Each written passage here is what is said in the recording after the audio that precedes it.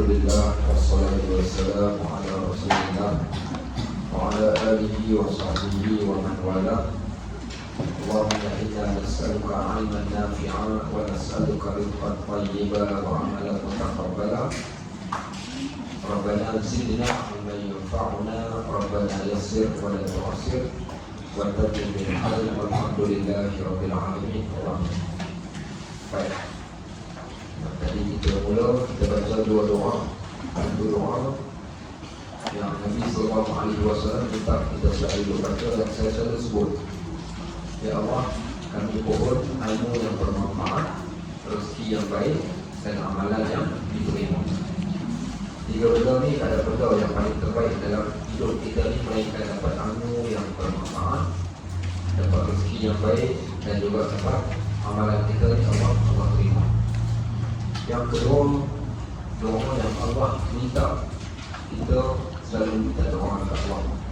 Doa ini dibacakan oleh Nabi Musa AS ketika mana dia nak bertemu dengan Fir'aun, nak jumpa Fir'aun, nak pergi bercakap kepada Allah. Allah perintahkan kepada Musa untuk minta kepada Allah dengan berkata, wa qul rabbi zidni ilman. Katakanlah, wahai Musa, Tuhan, tambahkan bagiku ilmu. So kita mungkin ada ilmu tapi tak bertambah. Bila ilmu tak bertambah ni kita rugi. Ada kalau ilmu ni mungkin diperlukan dahulu, sekarang ni lain pula keperluan dia. Ada ilmu yang mungkin kita dapat begini sedikit tetapi tidak bertambah-tambah, sama saja. Sebab tu tanda orang yang baik ni bila ilmu ni sentiasa bertambah. Sebab tu kita belajar. Kita belajar ni ada beberapa sebab. Yang pertama, daripada kita jahil nak jadikan kita tahu. Yang kedua, kita belajar nak memperbetulkan kesilapan. Dan yang ketiga, tujuan belajar untuk nak tambahkan ilmu yang sememangnya kita nak ada. Kenapa nak kena tambahkan ilmu? Yang pertama, ramai orang dia suka cari darjat di sisi manusia, cari pangkat, cari kedudukan. Tapi dia lupa nak cari kedudukan di sisi Allah. Kalau nak dia tahu betapa manusia ni akan diangkat darjat mereka ni dengan beberapa benda yang boleh menyebabkan darjat kita terangkat. Salah satunya kita ceritakan sebelum ini, orang yang bangun malam. Orang bangun malam ni Allah kata, wa min al-laili fatahajjat bihi nafilatan 'asa an yab'athaka rabbuka maqaman mahmuda.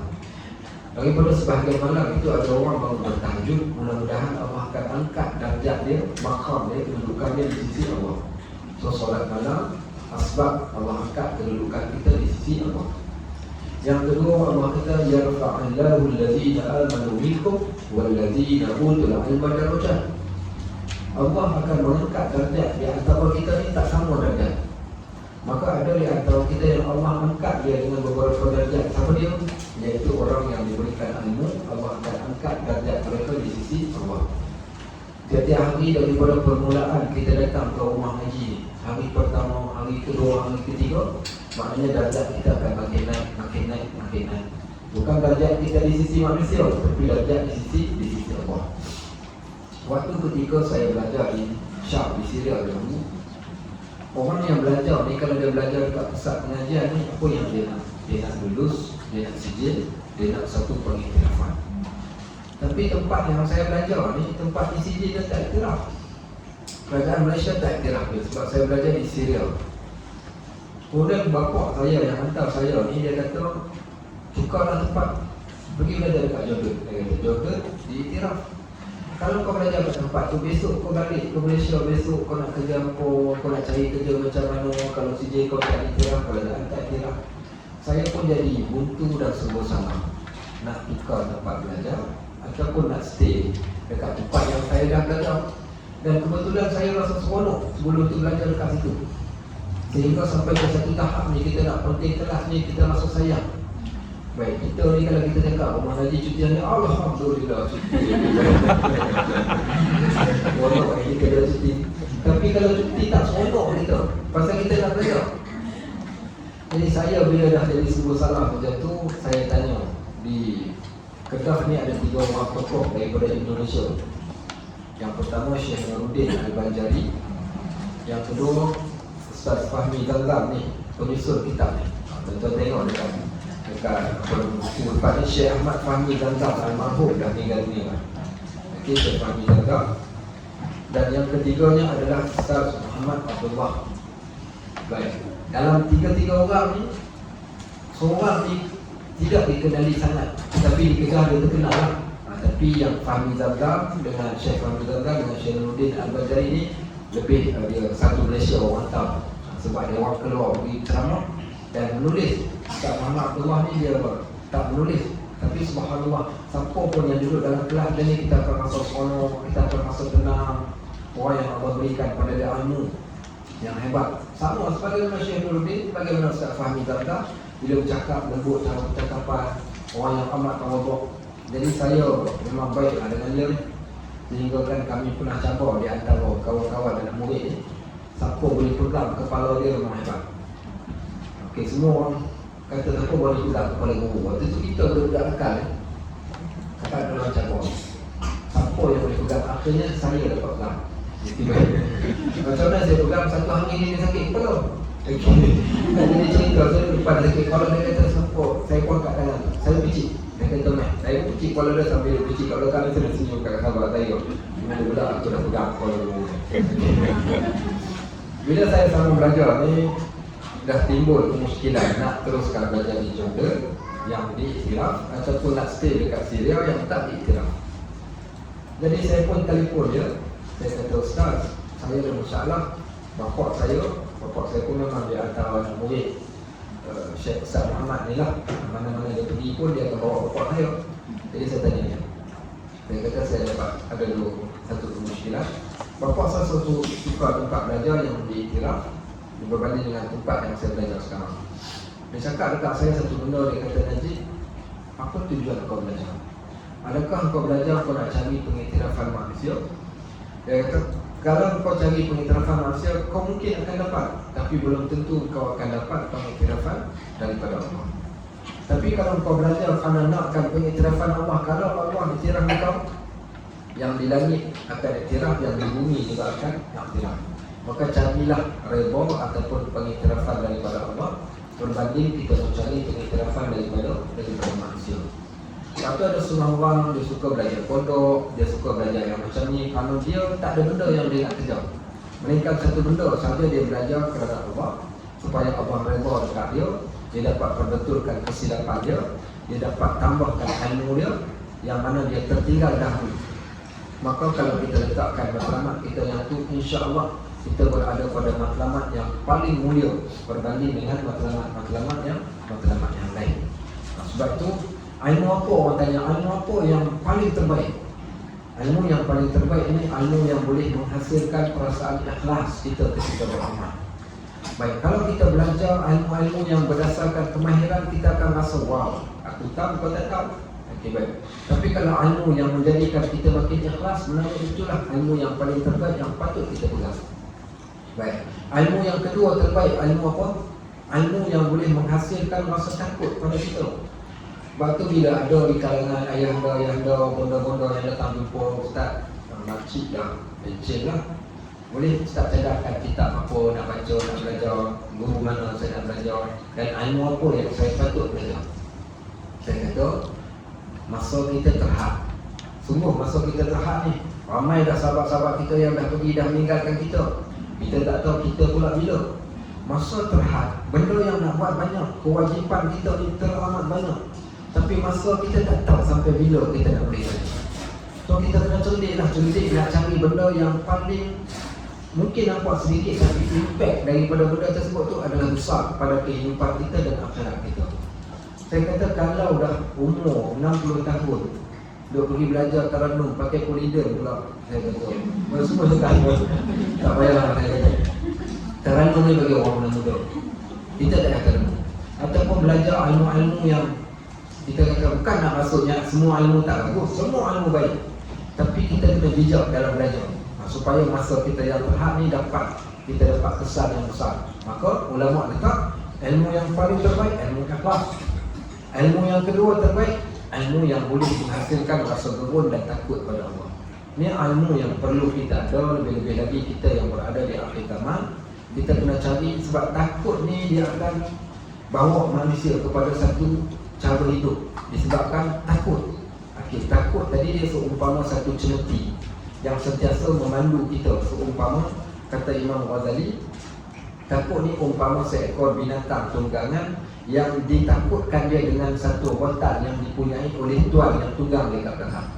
Maka tuan tu dia takutkan rotan tu, menyebabkan dia akan berjalan ikut apa yang tuan dia nak.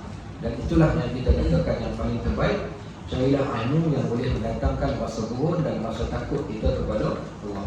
Tak lain dan tak bukan, salah satunya adalah ilmu at-tasawuf. Baik. Sama boleh. Sahabat-sahabat rahimahullah. Okey, tadi tu mukadimah, belum lagi, ni baru dah masuk. Okey, dah bersebelah. Kita berhenti hari tu ni pada faedah yang ke-8. Faedah ke-8 muka surat 38 cerita berkaitan tentang kata. Apa yang kata ni, ucapan sebelum ni, ucapan daripada seorang tokoh, nasihat Hatim Al-Asad. Okey, nasihat Hatim Al-Asad, iaitu pada nasihat dia yang terakhir. Apa kata Hatim? Dia kata, sesungguhnya aku melihat setiap orang ni memiliki satu yang menjadi pegangannya. Baik, kita ni ada satu benda yang kita pegang, sama ada dia yang adalah ilmu ataupun sesuatu. Sebahagian mereka menjadikan dinar dan dirham sebagai pegangan. Contoh, ada orang kata cash is king ataupun money is king. Apa namanya, apa lagi satu perkataan orang selalu sebut, no money no what? No money no talk. Okay, no money no talk lah orang kata. No money no talk, cash is king, money is king. Berbagai lagi lah perkataan yang orang selalu sebut. Ada orang yang mengatakan education, dia kata pelajaran tu benda yang paling utama. Okey, ada orang yang katakan puasa. Okey, puasa adalah satu benda yang paling utama. Ada orang yang katakan kekayaan. So macam-macam orang yang dijadikan pegangan dalam hidup. Tak ada duit, apa pun tak boleh buat. Ada duit, semua benda boleh buat. Sebenarnya itulah pegangan dia. Ada orang dia kata kuat. Dia kata kekuatan itu satu pegangan dia. Maksudnya dari mana dia kuat, dia boleh tumbuk orang, dia boleh pergi bekerja. Dia rasa dia akan hidup dengan aman sentosa. Sebab tu saya sebut balik sahabat-sahabat rahimahullah, bila kita sebut manusia ni dia ada dua unsur. Bila kita sebut manusia dia ada dua unsur. Okey, yang kita telah sebut kat sebelum ini, dua unsur. Okey, dua unsur manusia. Dua unsur manusia. Apa dia dua unsur manusia ni? Dua unsur manusia, satu jasmani, yang kedua rohani. Rohani ni bukan tak rohani, tak ada bukan. Okey, baik. Okey, baik. So jasmani ni fizikal kita, rohani ni dalaman kita. Baik, kedua-dua ni adalah unsur yang ada pada manusia. Ada orang dia berpegang dengan jasmani. Bila dia berpegang dengan jasmani ni, dia katakan kalau dia, itulah yang keluar perkataan lagi hidup lagi ngelabang. Tahu lagi hidup lagi ngelabang tu apa? Tak pernah dengar? Lagi hidup lagi berjuang. Lagi hidup lagi berjuang. Siapa yang kata tu? Rentak. Tahu rentak betul. Juga orang tokoh Sarawak lah, nama dia rentak pakai cabat buat tombak. Okey. Itu dia sebut lagi hidup lagi ngelabang. So dia bergantung dengan jasmani. Selagi kuat, selagi mana hidup, aku tetap lawan. Itu orang yang pegang dengan jasmani. Baik, tapi dia orang tak tahu rupanya manusia ni rohani dia lebih kuat lagi daripada segala-galanya. Rohani itu lebih kuat daripada jasmani. Betapa ramai orang yang tubuh badan tak kuat pun, tetapi dia ada kekuatan dalaman. Contohnya kekuatan rohani seorang yang subhanallah uzur. Kita mungkin dah sama Allah satu hari kelak kita akan terbaring di atas katil. Terbaring di atas katil, tapi terbaring di atas katil dia mungkin dia akan boleh buat banyak lagi kebaikan berbanding dengan orang yang sehat segar-bugar walaupun dia terbaring. Disebabkan dia terbaring, dia sakit, dia bangun solat tahajud, dia membaca Al-Quran, dia berzikir, dia ingat Allah, berbanding dengan orang yang sihat. Maknanya rohani lebih kuat. Lepas tu bila Allah cerita tentang manusia ni, Allah cerita tentang dalaman dia. Allah kata wa nafsin wa ma sawaha, demi jiwa yang kami jadikan pada manusia. Fa'alhamaha fujuraha wa taqwaha, dan kami ilhamkan pada jiwa benda yang tak baik dan benda yang baik. Maknanya jiwa kita ni yang gambaran luaran kita. Sebab tu disebut rahsia dalaman ini dapat dilihat pada luaran seseorang. Apa yang dia buat itulah cerminan pada apa yang ada kat dalam dia. Maka ramai orang ni dia duk rasa benda yang dia pegang tadi ada benda yang zahir semata-mata, dan dia lupa benda yang batin ni. Antaranya mereka bergantung, iaitu beriktikad money is key, duit adalah segala-galanya, harta dan juga kerajaan sebagai pegangan. Sehingga akan disebut dalam satu hadis Nabi SAW, ya'ti 'ala nasi zamanun, akan datang kepada satu manusia satu zaman yang saya kira dah berlaku pada zaman hari ini. Hammuhum butunuhum, kepentingan mereka hanyalah pokok mereka saja. Kalau dah dia kata yang penting, suara jangan miss. Siapa pernah tukar kerajaan, kami tak pedulilah, naiklah parti mana pun, yang penting makan kami ada. Kami boleh makan, kami boleh hidup. So, sampai ke satu hari kelak manusia akan mementingkan perut. Nak menipu pun menipulah, janji dapat makan.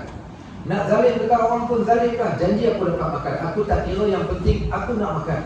Apa guna dia kata kalau tak dapat makan? So, mereka hanya mementingkan perut. Tahu tak apa yang berlaku ketika datangnya Dajjal, laknatullah ni, waktu Dajjal datang? Berlaku 3 tahun kemarau. 3 tahun kemarau yang panjang, bumi merekah. Makanan tidak ada, tumbuhan tak keluarkan hasil. Semua orang jadi susah, air tak ada, semua benda tak ada.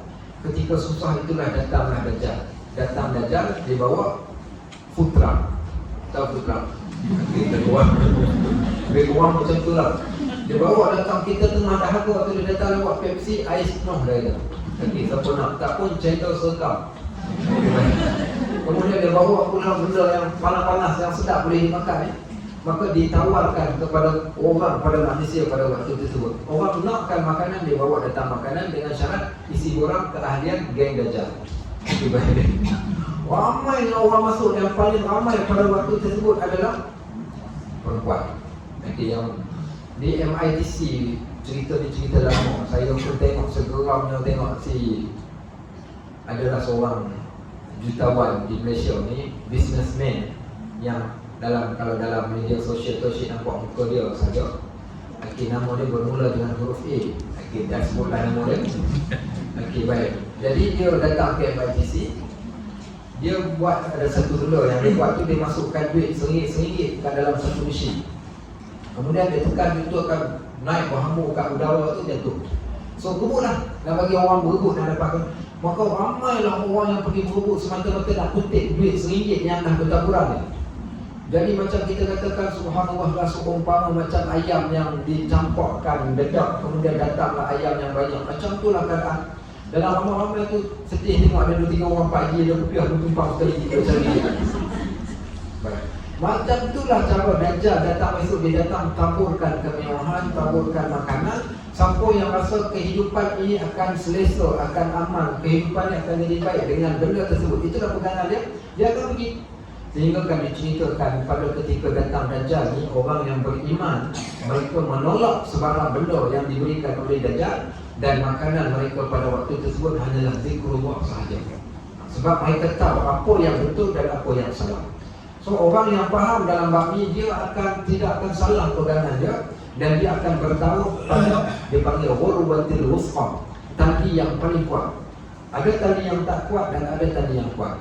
Siapa yang berpegang dengan makanan, ataupun dia bergantung hidup dengan seseorang, ataupun dia bergantung hidup dengan wang ringgit, dia akan tewas bila dia tak dapat. Benda yang kita nak, tiba-tiba kita tak dapat, kita akan jadi stres.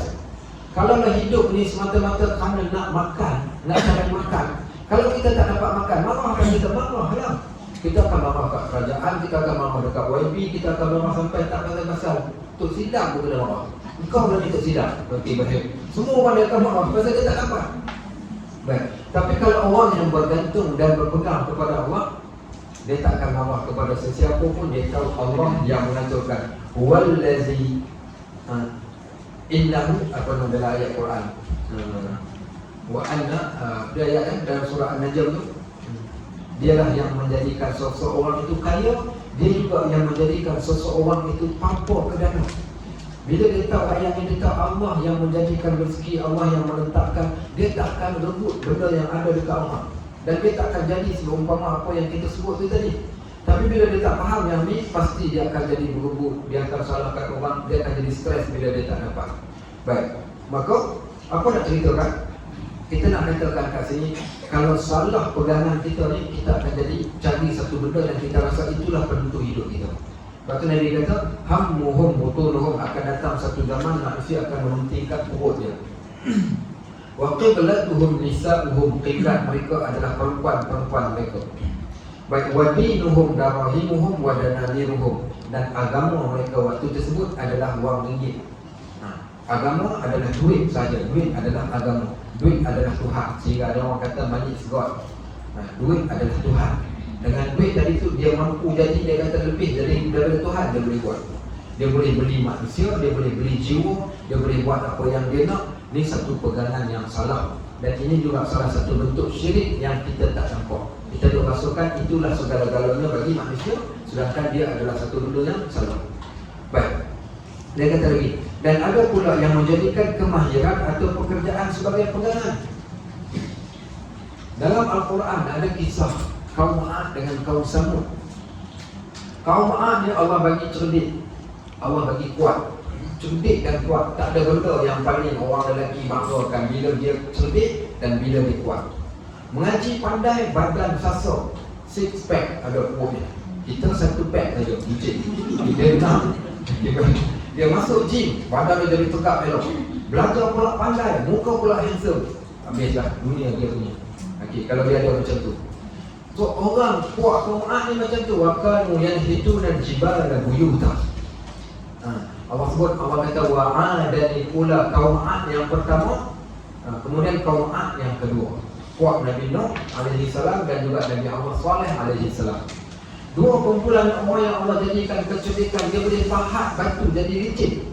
Dia boleh buat bangunan batu yang setinggi-tinggi, menara yang tinggi dengan cara pahat.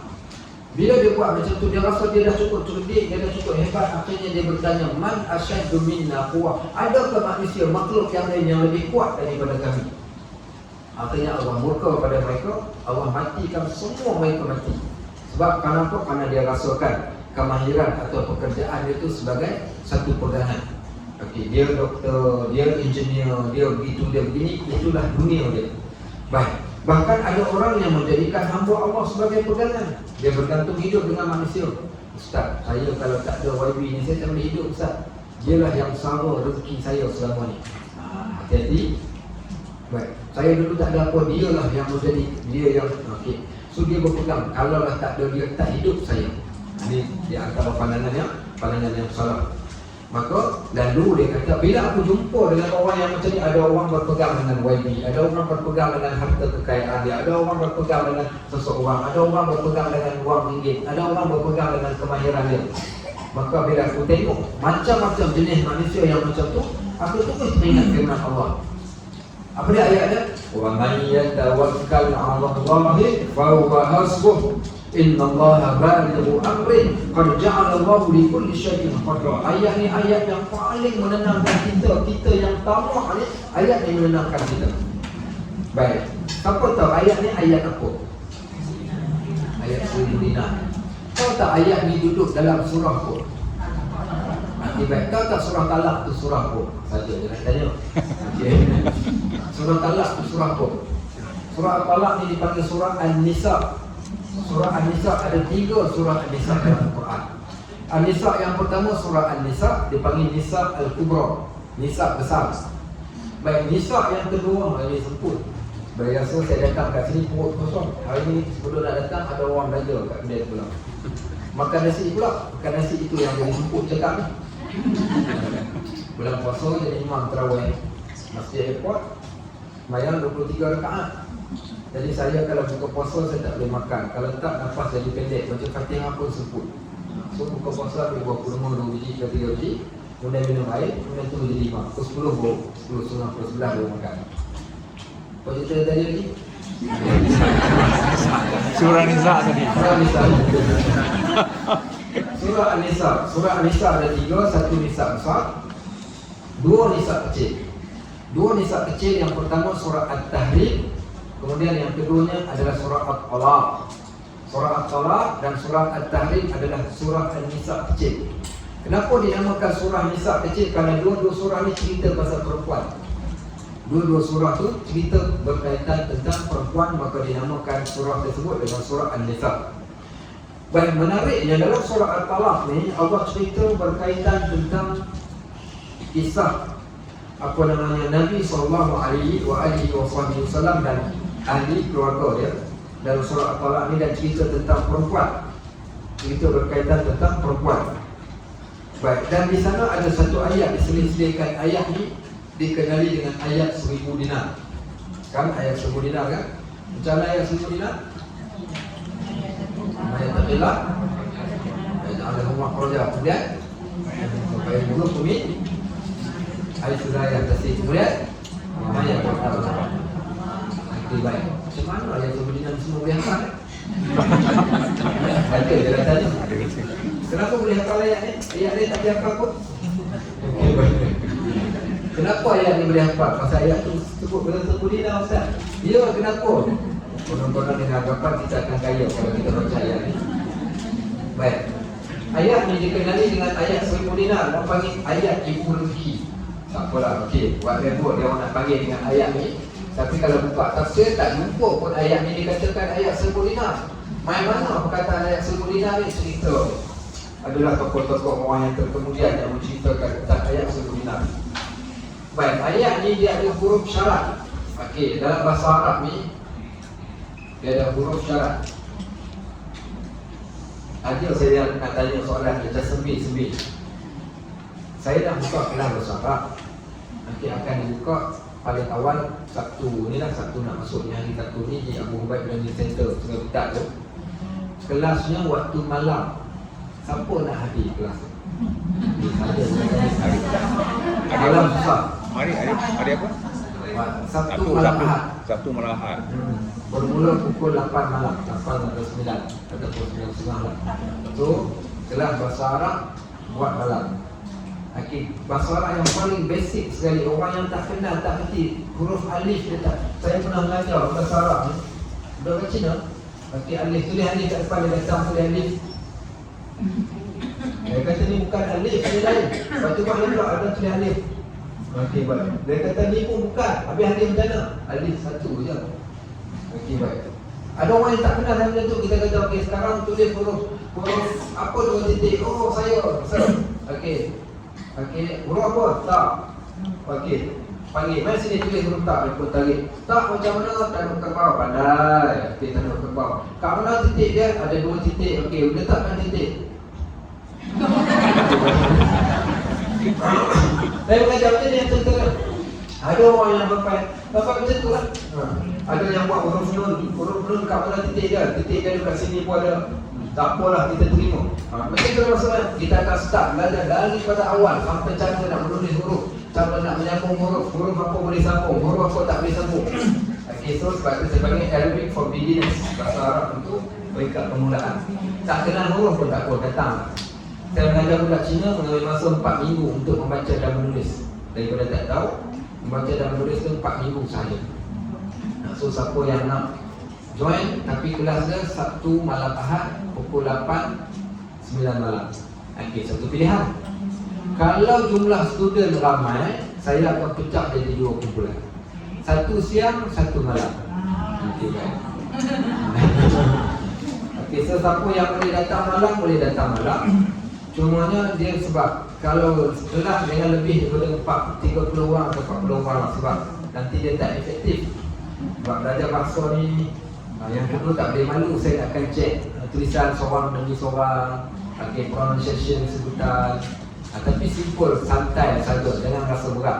Ini sekadar Arabic for beginner ni pengenalan kepada bahasa Arab. Kita belajar benda-benda yang simple. Nanti kita akan ajar mengira daripada 1 sampai ke 1 juta hanya mengambil masa 30 minit saja. 1 sampai 1 juta. Pergi negara Arab sebut berapa ribu harga kereta ni? 890,000. Macam mana sebut dalam bahasa Arab? Okey, simple, senang, kita akan tahu.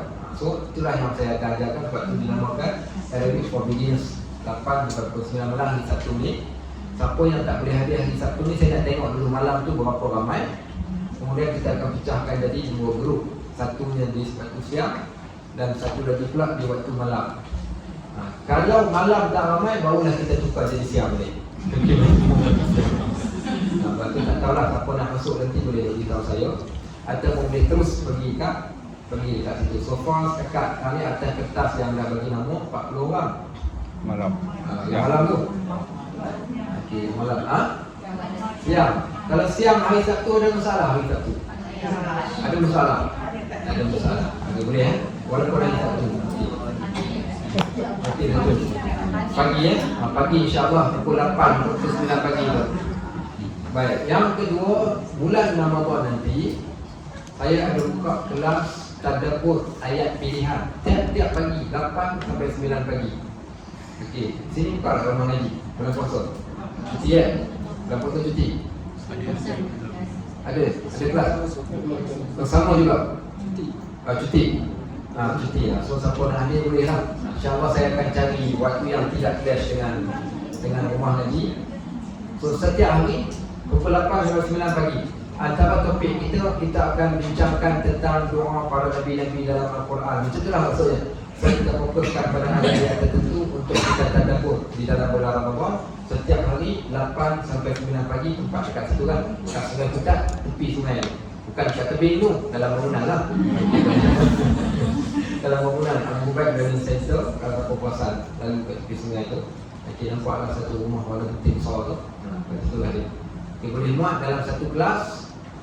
Tak ada masalah, boleh 300 orang pun boleh muat. Sebab dia punya ruang itu besar. Ruang utama itu boleh muat dalam 150 kot. Boleh muat dalam 150. So siapa nak hadir, dia ada lalukan setiap pagi. Habis 27 Ramadan. Okey, 27 Ramadan kita akan stop. Tapi yang sebelum tu setiap hari 8 sampai pukul 9 pagi. Baik. Termasuk hari Sabtu juga. Termasuk hari Sabtu hari. Termasuk hari Sabtu Ahad. Termasuk hari Sabtu Ahad, insya-Allah. Okey, apa dia tadi saya tulis tadi? Okey, cerita ayat Subudina. Ayat Subudina dia ada huruf syarat. Apa dia huruf syarat ni? Nama apa dah huruf syarat ni? Kau tepati syarat dia, engkau layak, engkau dapat. Kau tak tepati syarat, jangan halau. Okey, baik. So dia mulakan dengan ayat waman. Okey, waman yattaqillah.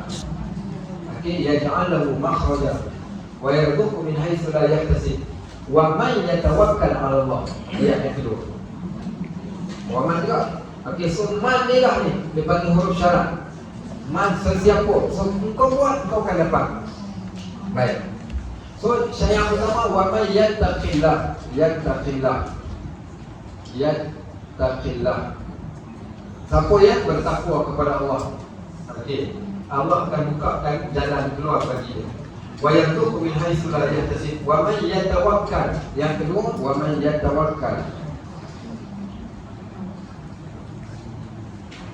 'ala Allah. Siapa yang bertawakal. So takwa dan tawakal syaratnya. Siapa yang bertakwa, Allah bukakan jalan keluar bagi setiap masalah. Siapa yang bertawakal kepada Allah, Allah akan berikan apa yang dia, Allah akan mencukupkan bagi dia. So takwa dan tawakal ini adalah sumber rezeki kepada manusia. Takwa dan juga tawakal. Kalau dah tahu dah takwa dan tawakal itu sumber rezeki bagi kita, kenapa kita nak takut dan kenapa kita nak berpegang pada seseorang untuk menentukan rezeki kita? Kenapa kita nak percaya kepada sesuatu benda yang akan mengaturkan kehidupan kita? Sedangkan Allah berkata dalam ayat yang jelas, siapa yang bertakwa, siapa yang bertawakal. So bertakwa pada siapa? Pada Allah. Bertawakal pada siapa? Pada Allah. Maka dia kata ramai orang yang memegang sesuatu sebagai pegangan, tapi mereka lupa. Dan bila aku tengok ada manusia yang pegang sesuatu sebagai pegangan dia, aku teringat kata-kata Allah. Siapa yang bertawakal, iaitu berpegang, bergantung harap dengan Allah, fahuwa hasbuh, pasti Allah akan mencukupkannya. Innallaha balighu amrin. Allah akan mempersampaikan segala urusan. Semua urusannya Allah akan aturkan. Baik, qad ja'alallahu li kulli syai'in qadra. Allah menjadikan bagi setiap sesuatu itu kadar yang telah ditentukan. Kerjalah siang malam 24 jam. Kalau Allah kata engkau punya rezeki secupaklah kata. Kerjalah mungkin siang malam sekalipun. Kalau Allah katakan rezeki dia segantam dia akan dapat. Ada orang kau kerja sikit saja, mungkin dia kerja waktu pagi, tapi Allah tentukan untuk dia segantam, dia dapat segantam walaupun kerja sikit. Kerja banyak dan kerja sikit bukan penentu portion yang kita akan dapat. Tapi macam mana orang yang bergantung kepada Allah dan orang yang bertakwa pada Allah, Allah akan tentukan bagi dia. Baik. Untuk nak faham yang ni, saya berikan satu kata-kata yang simple dan mudah faham. Baik. Kata-kata ini Allah ucapkan kepada Nabi Daud alaihissalam. Kata-kata ini Allah ucapkan pada Nabi Allah Daud alaihissalam. Apa kata-kata ini? Ya Daud, wahai Daud, anta turid wa ana urid, wala yakunu illa ma urid. In sallamtani fima urid, sallamtuka fima turid. Wa in abghaztani fima urid, abghaztuka. Wa in abghaztani fima urid, ata'atuka fima turid. Okey, ini satu kata-kata yang Allah sampaikan kepada Nabi Daud alaihissalam untuk dia laksanakan. Apa kata Allah? Wahai Daud, engkau ada keinginan dan kehendak. Allah ada kehendak dia. Kehendak Allah dengan kehendak manusia, yang mana yang akan tercapai? Kehendak Allah. Baik. Kalau dah tahu kehendak kita dengan kehendak Allah yang akan tercapai, kenapa bergantung kepada diri sendiri, tidak bergantung kepada Allah? Baik, Allah kata lagi, in sallamtani fima urid, sallamtuka fima turid. Kalau engkau buat apa yang aku nak, aku beri apa yang kau nak. Kalau engkau buat apa yang aku nak, aku bagi apa yang kau nak. Tapi kalau engkau tak suka pada apa yang aku nak, aku penatkan engkau pada apa yang kau nak, dan engkau tak akan dapat melainkan apa yang aku nak. Confirm dah ni. Ini betul kan? Faham ke tak faham? Faham kan? Baik, kesimpulan dia, semua benda yang kita nak ni, kita takkan tercapai melainkan kehendak Allah. Tapi Allah bagi sikit hint, Allah bagi sikit poin yang penting. Apa Allah kata? Kalau kau buat apa yang aku nak, aku bagi apa yang kau nak. Engkau nak apa ni, aku akan bagi bila engkau buat apa yang aku nak. Tapi kalau engkau tak suka pada yang aku nak, yang aku suruh engkau tak suka, aku akan penatkan engkau pada apa yang kau nak. Sebab tu berapa ramai orang yang penat bekerja tapi dapat sikit. Penat buat kerja siang malam, bisnes apa dia buat? Bisnes online, offline, on apa namanya, atas line, downline, bagaimana semua buat. Tapi tak kaya-kaya, bukan menyerabutkan dia lagi. Kerja siang malam sampai terapai anak pinau, sampai suami isteri bergaduh hanya kerana nak kejarkan satu benda. Akhirnya yang dia kejar tak dapat, yang dikendong bercerai. Ini yang berlaku sebab dia tak buat apa yang Allah nak, dia duk cari apa yang dia nak. Dan Allah penatkan dia apa yang dia nak, dan dia takkan dapat melainkan apa yang Allah tentukan. Kalau dia bekerja keras, dia dapat banyak, itu pun sebab Allah tentukan. Kalau dia bekerja keras, dia tak dapat apa, itu pun sebab Allah yang tentukan, bukan sebab dia. Maka kita faham yang ni, kita tahu kita berikhtiar. Ketentuan berapa banyak yang kita dapat, itu semua urusan Allah. Siapa pun tak tahu. Kita tak tahu rezeki apa yang kita nak dapat. Ada orang tiba-tiba dia jadi siapa-siapa seorang yang asalnya daripada Tok Batin, orang asli, tapi sekarang jadi speaker parlimen. Okey. Daripada Kabiran kan wakil rakyat pada parlimen Kabiran Highland. Okey. Dia pun tak sangka daripada duduk dekat tempat kosong tiba-tiba naik diangkat dan sampai jadi. Siapa yang sangka dahulunya adalah orang yang biasa, kerja kerani biasa, tapi tiba-tiba dia diangkat berada pada kedudukan yang tertinggi. Semua dia tak tahu, semua tu berada dalam rahsia Allah. Semua berada dalam rezeki yang Allah Subhanahu Wa Taala tentukan pada seseorang. Maka dia kata, bila aku baca satu ayat ni, aku terus bertawakal kepada Allah. Maka Allah mencukupkan akan aku, dan Allah itu adalah sebaik-baik tempat aku berserah diri. Maka aku tak ada masalah pun. Dapat ke tak dapat, itu bukan soalnya. Yang penting aku buat apa yang Allah perintahkan kepada aku. Kata Imam Syaqiq Al-Balqi, dia berkata kepada Hatim Al-Asaf, semoga Allah sentiasa memberi taufik kepadamu. Sesungguhnya aku telah membaca Taurat, Injil, Zabur, Al-Quran. Maka aku mendapati isi keempat-empat kitab ini adalah beredar pada membahas 8 masalah yang engkau telah sebutkan tadi, dan siapa yang beramal dengannya maka sebenarnya dia telah beramal dengan keempat-empat kitab yang aku sebutkan tadi.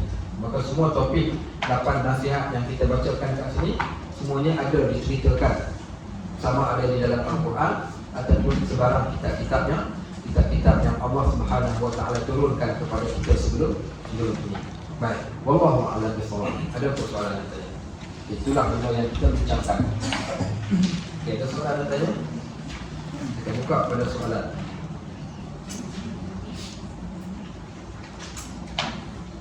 Ada soalan?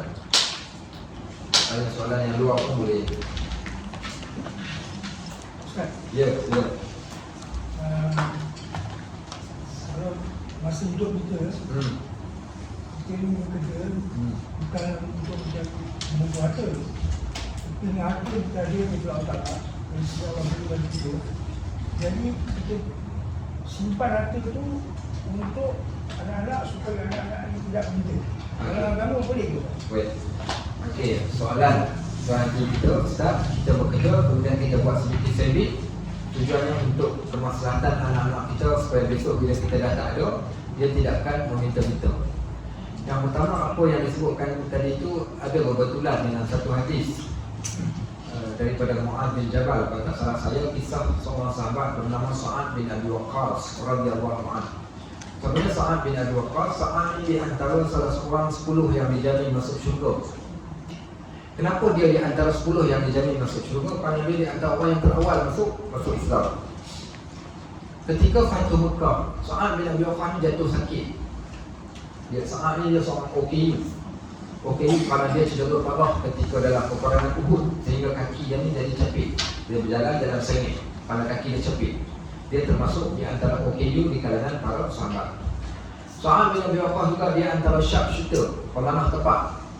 Okay, dia boleh memanah satu panah dengan 3 orang. Satu panahan tu boleh kena 3 orang. Maksudnya dia panah tarik daripada jauh, dia panah, dia lari cabut balik panah tu, dia panah orang yang kedua, dia cabut pula panah tu, dia panah pula orang yang ketiga. Dengan satu anak panah dia boleh bunuh 3 orang. Dia juga di antara orang yang boleh memanah tepat kepada sasaran. Walaupun seorang tu pakai topi besi, nampak mata pada dia boleh panah tepat dekat mata. Itu Sa'ad bin Abi Waqqas radhiyallahu anhu. Subhanallah, Allah jadikan Sa'ad ni di antara 10 yang dijamin masuk syurga. Dia juga termasuk di antara seorang sahabat yang Nabi sebut. Nabi kata jabta'ul an rajulun min ahli jannah, sekejap lagi akan masuk melalui pintu ni seorang ahli syurga. Yang masuknya adalah Sa'ad bin Abi Waqqas, seorang sahabat yang tak pernah berhasad dengki dengan mana-mana manusia, dan dia tidak pernah pun bercakap bohong walaupun sekali. Tak pelik pun jadi ahli syurga kan. Sakit dia, sakit yang teruk lah. Seumpama orang yang tengok tu orang kan kata dia nak mati lah. Jadi Nabi SAW ni pergi ziarah dia ketika dia berada di Mekah. Bila ziarah dia ni kata Sa'ad, dia kata, ya Rasulullah, aku sedekahkan semua harta benda aku supaya aku mati dalam keadaan tenang. So tak nak tinggal. Ada orang bagi betul, Pak Haji tak payah, Haji dah kerja teruk kan, Pak Haji mati yang lebih tu, pergi jalan New Zealand, mau gerak dada, pergi Swiss. Babi buat, mati pejam mata dapat, senang, beri dah habis. Mungkin orang masih ada tu. So kita agak mungkin tu betul. Ataupun mungkin dia wakafkan terus supaya senang, dan dia dapat makan hasil di akhirat kelak.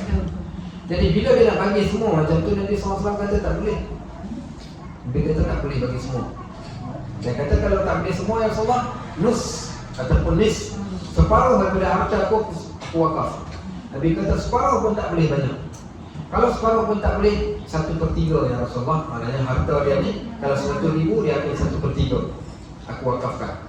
Nabi kata 1/3 boleh, itu pun banyak. Baik, 1/3 boleh, tapi itu pun banyak. Sebab tu nak wasiat ataupun nak sedekah, nak infak, nak wakaf, jangan lebih daripada 1/3 harta yang kita miliki. Baik, apa alasan dia? Nabi SAW sebut, Nabi kata supaya engkau tidak tinggalkan ahli keluarga engkau dalam keadaan miskin, papa kedana, dan mereka akan meminta-minta kepada manusia yang lain selepas engkau tinggalkan. Tapi kita kena faham situasi Sa'ad bin Abi Waqqas. Anak-anaknya yang masih lagi tidak pandai mencari rezeki, bukan? Ataupun kita katakan yang zaman tersebut, zaman kalau tak ada harta dia takkan boleh hidup. Tapi zaman hari ini kita banyak benda yang kita, seseorang yang waras yang ada kesihatan tubuh badan, dia masih lagi boleh gunakan kudrat yang dia miliki untuk cari rezeki. Berbeza dengan zaman dahulu. Kalau zaman dahulu orang yang berada di kampung, apa yang dia boleh buat melainkan kandang ubi kayu. Kandang ubi kayu ada kudrat sikit. Boleh lah makan ubi kayu, tak lalat makan ubi kayu hari-hari. Bukan dia nak minum Milo, dia nak minum Nescafe Ice, dia nak makan chicken chop, maka takkan mana dia dapat, bukan? So nak tak nak, dia orang perlu bekerja. Sebab tu kita katakan dalam bab ni, kita boleh persepsi tadi tu, pegangan kita tinggalkan harta supaya anak kita tak meminta-minta. Dia adalah satu kehidupan, dia ada rumah sekian-sekian. Tapi jangan juga kita sampai terlupa, iaitu setiap anak ini Allah telah tentukan rezeki lagi. Setiap anak kita Allah tentukan rezeki. Contohnya ada di kalangan ahli keluarga kami ni yang dia takut, bila takut tu dia dah siapkan rumah ni untuk anak tu, rumah ni untuk anak ni, sehingga kan dia tak mampu nak mengambil manfaat daripada hasil titik keluar dia. Tak boleh nak berjalan, tak boleh nak pergi sana semata-mata kerana takut nanti anak tak makan. Saya kata kalau dah sampai takut anak tak makan, kau tak makan, tu rugi lah. Nikmati kehidupan yang Allah beri, rezeki yang Allah bagi dekat kita, nak berjalan, nak nikmati sedikit, nak buat satu benda yang kita suka buat lah. Kerana setiap orang tu ada rezekinya, dan kita nak cari akhirat dengan habuan dunia yang kita ada ni, kita gunakan untuk akhirat kita. Tapi pada waktu yang sama, anak-anak kita ni, maknanya kita dah bagi didikan yang terbaik. Saya kira dia boleh cari kehidupannya sendiri, tapi tinggalkan juga apa yang kita miliki tadi. Apa tujuannya? Kerana di sana ada satu bab yang panggil berkat, titik keluh yang kita buat selama ini. Sebab tu orang dulu pantang untuk nenek jual harta pusaka. Harta pusaka ni dia ada berkat dia. Orang dulu subhanallah, saya ingat saya jumpa dengan orang tua. Dia tanam pokok durian. Waktu dia tanam pokok durian tu, dia dah umur 60 tahun, 70 tahun dah. Dan dia tak akan sempat makan buah durian. Tapi kenapa dia tanam? Siapa tahu? Kenapa dia tanam? Anak cucu dia tak nak cucu dia tu. Ya, akhirnya dia tak faham untuk anak cucu, tapi kenapa? Majari hal tu. Ya, sebenarnya orang dulu dia ilmu tak banyak, ilmu sikit, tapi dia praktik banyak.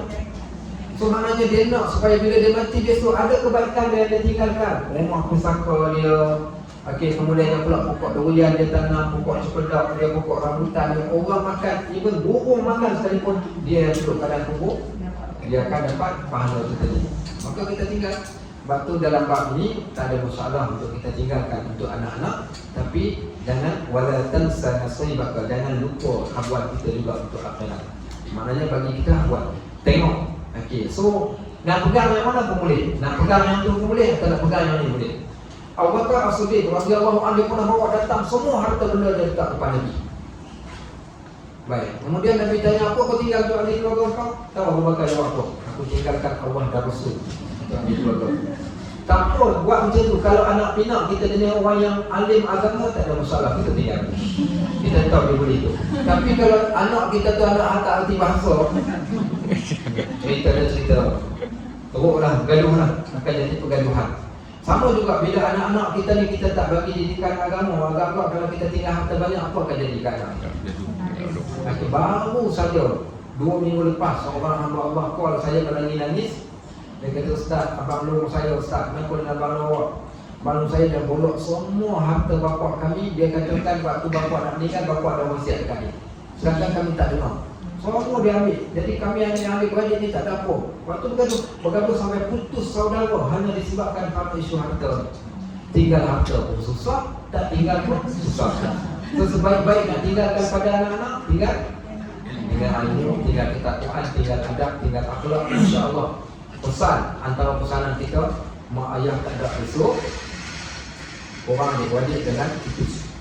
Kalau korang putus, korang dah buat satu benda yang mengecewakan ayah. Ayah akan sedih walaupun duduk dalam kubur besok, ayah akan sedih kalau korang buat itu.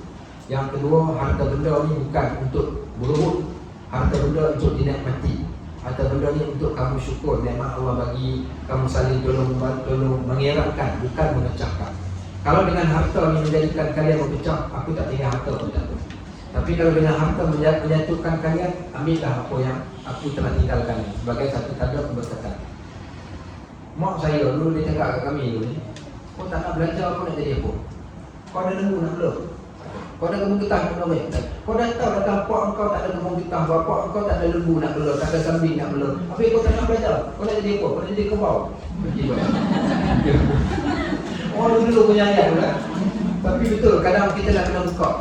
Biasakan dengan anak-anak ni tinggalkan wasiat-wasiat yang baik. Bukan wasiat harta. Contoh cakap esok ni apa alung anak, besok kalau bapak dah meninggal, bapak nak tinggal wasiat tak orang dulu ni. Dia wasiat apa ayah? Kau kebumikan ayah letak ke SCC. Contoh. Kan wasiat yang menjadikan anak-anak rasa insaf. Tak bukanlah, itu contoh lah. Mak saya bagi wasiat dekat saya, jangan usung aku, jangan bawa aku dengan kenderaan. Aku bela korang daripada besar tempat kanan sampai besar. So, korang usung aku pakai usung dengan kudrat korang sebagai balas balik apa yang aku telah buat. Itu dah cukup dia kata. So kita orang semua dia tak ada apa. Lepas tu pula waktu mak saya cakap tu rumah kami dengan kubur dekat. Sekarang ni rumah kami dengan kubur lebih 5 km. Saya cakap sama saya tak nak tukar wasiat. Dia kata tak nak tukar. Macam mana nak buat? Kena usung enggak apa? Kalau tak mampu buat semua, jangan tinggal semua. Okay, so kita bawa separuh jalan dekat-dekat dengan sampai kubur, kita usung lah. Bukan kau menipu, tidak. Kita buat kadar apa yang kita mampu. Bapak saya punya wasiat pula. Bila dia buat ni, biasanya tuan-tuan tunggu malam raya nanti. Malam raya ni semua anak-anak berkumpul. Waktu tu dia punya emosi, dia punya syahdu tu lain macam. So bapak saya ni biasa dia bagi pesanan ni waktu yang pertama ketika nak bermusafir, yang kedua ketika berkumpul. Malam raya dia bagi semua dah berkumpul. Malam tu lah dia akan cakap. Bapak saya punya wasiat dia kata, kau aku bagi pengajaran agama kau lebih daripada orang lain. So kalau aku mati, korang semua yang anak lelaki ni akan memandikan aku. Mungkin kau akan jadi imam, kau kapal, kau begitu, kau begini. Jadi anak-anak dengar ni semua dia. Okey, kemudian kita pesan beritahu kata, Pak engkau ni bukan ketua menteri. Okey baik, Pak engkau ni bukan wakil rakyat. Bapak tak ada apa-apa pun, tanah ada sedikit.